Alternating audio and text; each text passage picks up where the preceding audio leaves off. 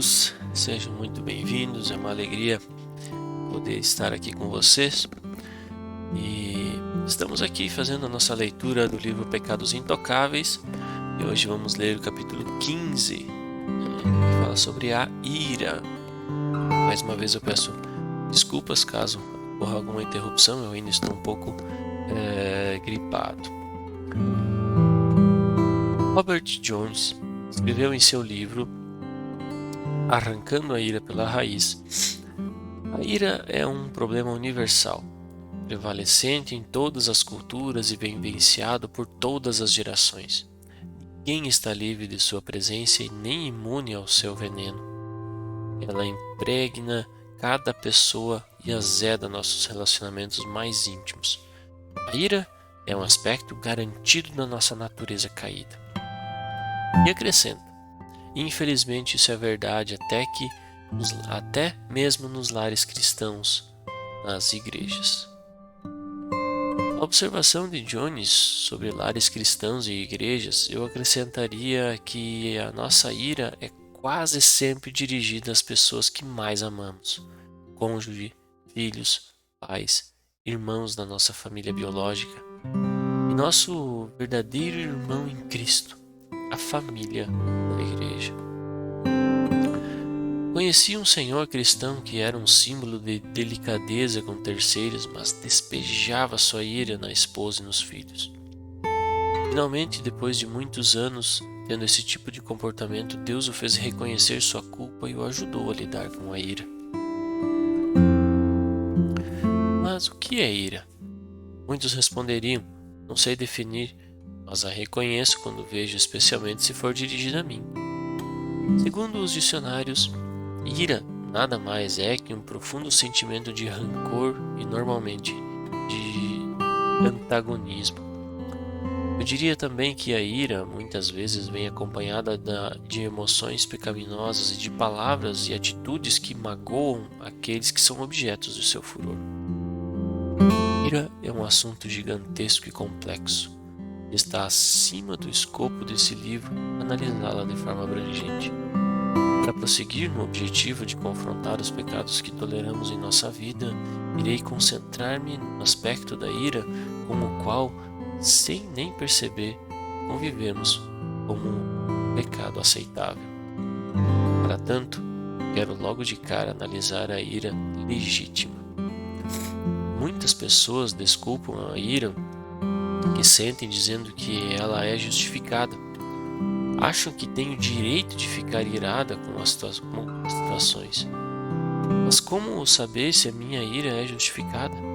Primeiro, a ira legítima é fruto da percepção correta do mal verdadeiro, ou seja, da infração à lei moral de Deus. Ela é centrada em Deus e em sua vontade, e não em mim e em minha vontade. Segundo, a ira legítima é sempre regida pelo autocontrole. Nunca nos fez perder a cabeça ou retalhar de modo vingativo. Apesar de a Bíblia apresentar alguns exemplos de ira justificada, como a de Jesus na limpeza do templo, eles são poucos. O foco principal do ensino bíblico sobre o assunto tem a ver com a ira pecaminosa, nossas reações malvadas às ações ou às palavras de outros. O fato de reagirmos ao pecado real de outra pessoa não torna a nossa ira necessariamente correta. É provável que estejamos mais preocupados com o impacto negativo das atitudes erradas sobre nós do que com a profanação da lei de Deus. Talvez usemos a violação da lei de Deus como justificativa para respondermos com ira perversa. Outro aspecto da ira que está fora do escopo desse livro é o de da pessoa que vive enfurecida ou da pessoa cuja ira faz com que ela haja com violência, seja verbal ou física. Pessoas assim precisam de aconselhamento bíblico e pastoral adequados. Neste capítulo quero me concentrar no que iremos chamar de ira comum, Aquele tipo que aceitamos como parte da vida, mas que na verdade é pecado aos olhos de Deus.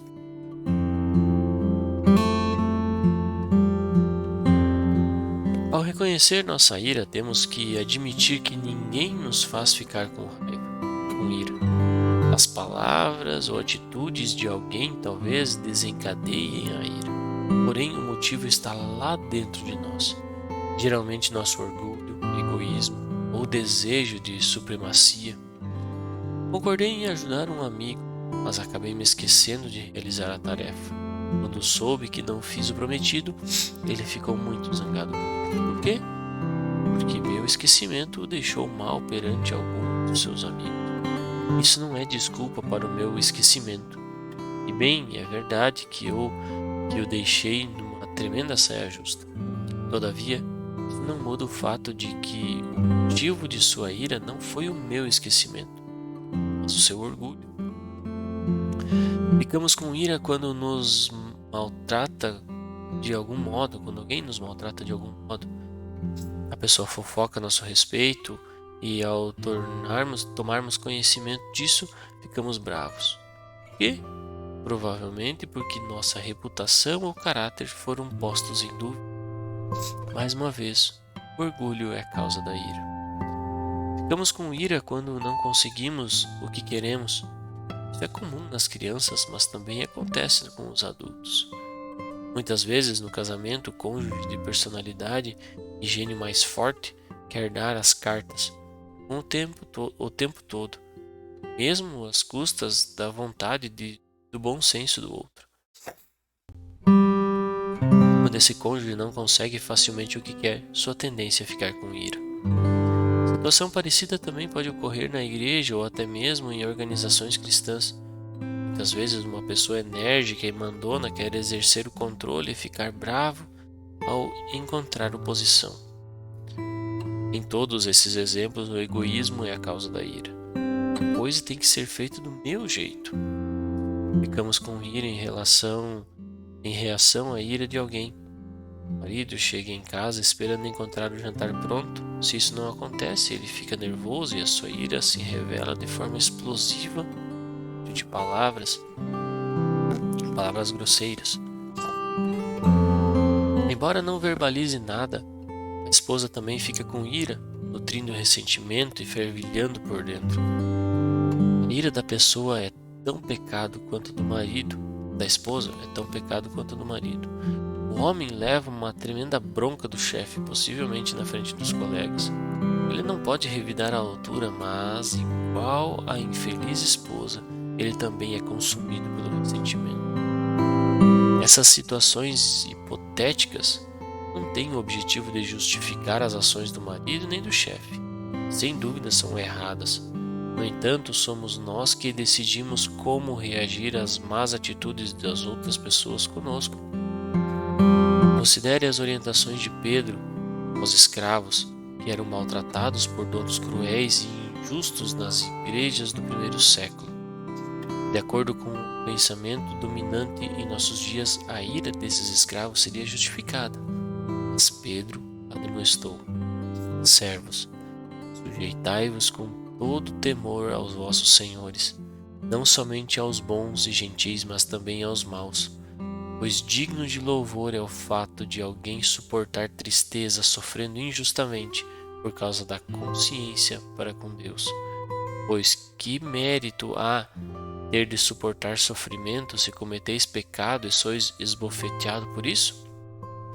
Mas se suportais sofrimento quando fazeis o bem, isso é digno de louvor diante de Deus. 1 Pedro, capítulo 2, versos 18 a 20.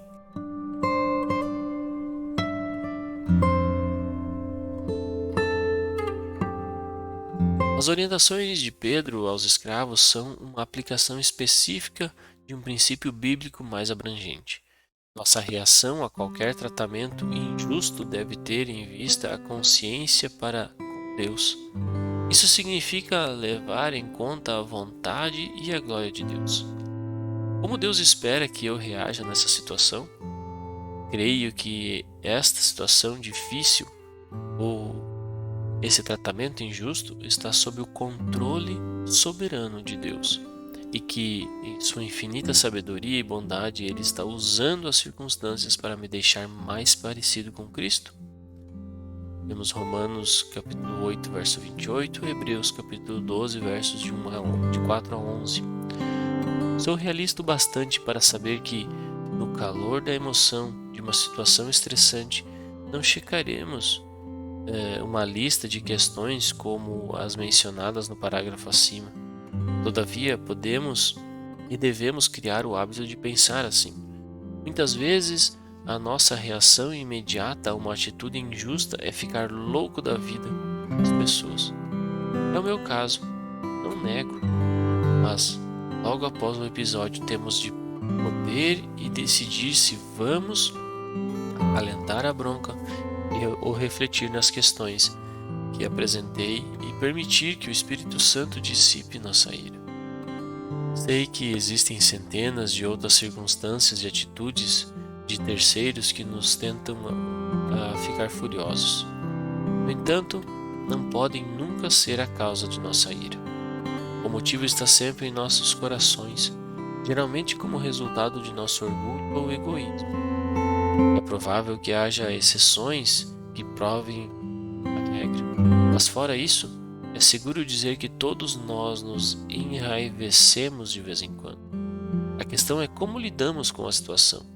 Algumas pessoas exteriorizam a ira com palavras agressivas e maldosas, outras agem de maneira mais sutis, fazendo comentários depreciativos e sarcásticos sobre a pessoa que as enfureceu.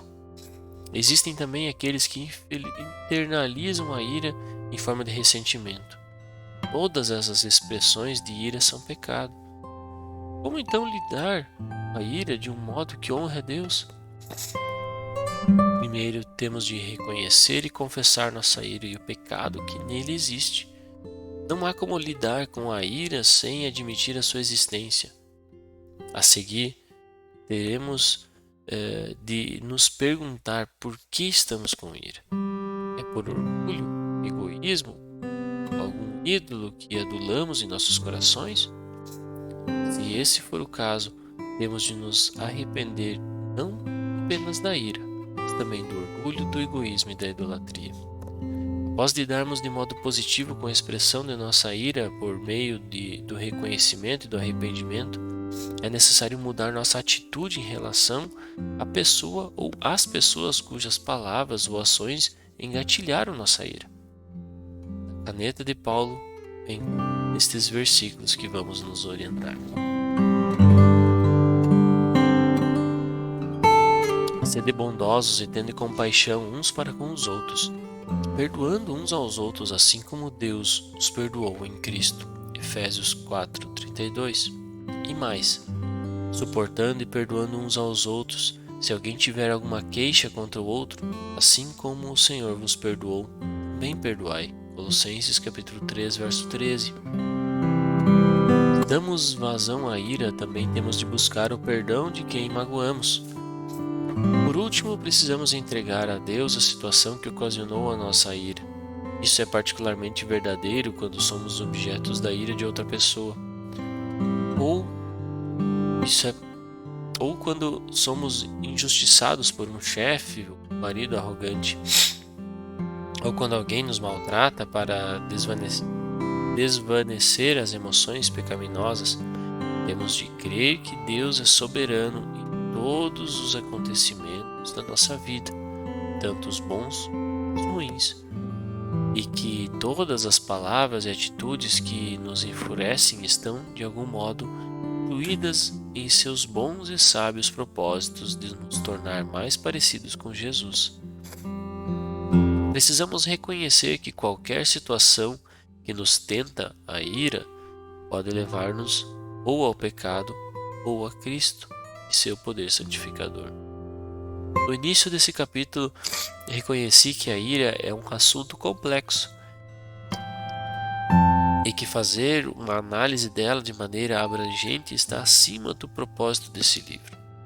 Mas espero ter ajudado todos nós a entender que quase toda a ira que sentimos é pecado, e mesmo que a desculpemos e toleramos em nosso viver não é aceitável diante de Deus.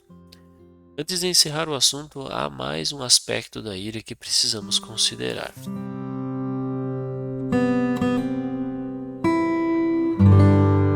Ira contra Deus.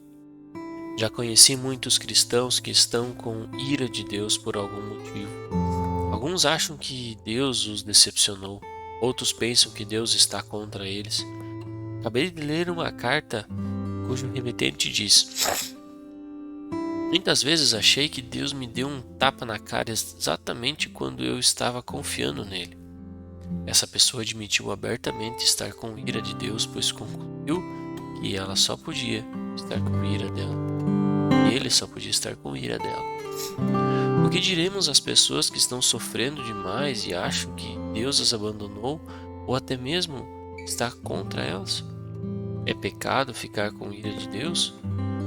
A psicologia moderna diria que não. Simplesmente despeje tudo em Deus. E essa afirmação em algum lugar. Pode ficar zangado com Deus, ele é grandinho, ele aguenta firme. Ao meu ver, isso é pura blasfêmia. Quero afirmar em alto e bom som que nunca é correto ficar com ira de Deus. Ira é um julgamento moral e no caso de Deus é acusá-lo de fazer algo errado. É acusá-lo de pecar contra nós por abandono ou de nos tratar injustamente.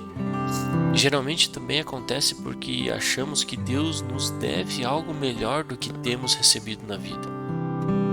Assim, colocamos Deus no banco dos réus de nosso próprio tribunal. Lembro-me de um homem que, ao ver a mãe morrendo de câncer, desabafou: depois de tudo o que minha mãe fez por Deus, esse é o agradecimento que ela recebe. Sem levar em consideração que Jesus sofreu agonia indescritível para redimir a mãe de seus pecados e poupá-la de passar a eternidade no inferno, o homem achava que Deus também lhe devia proporcionar uma vida melhor na terra.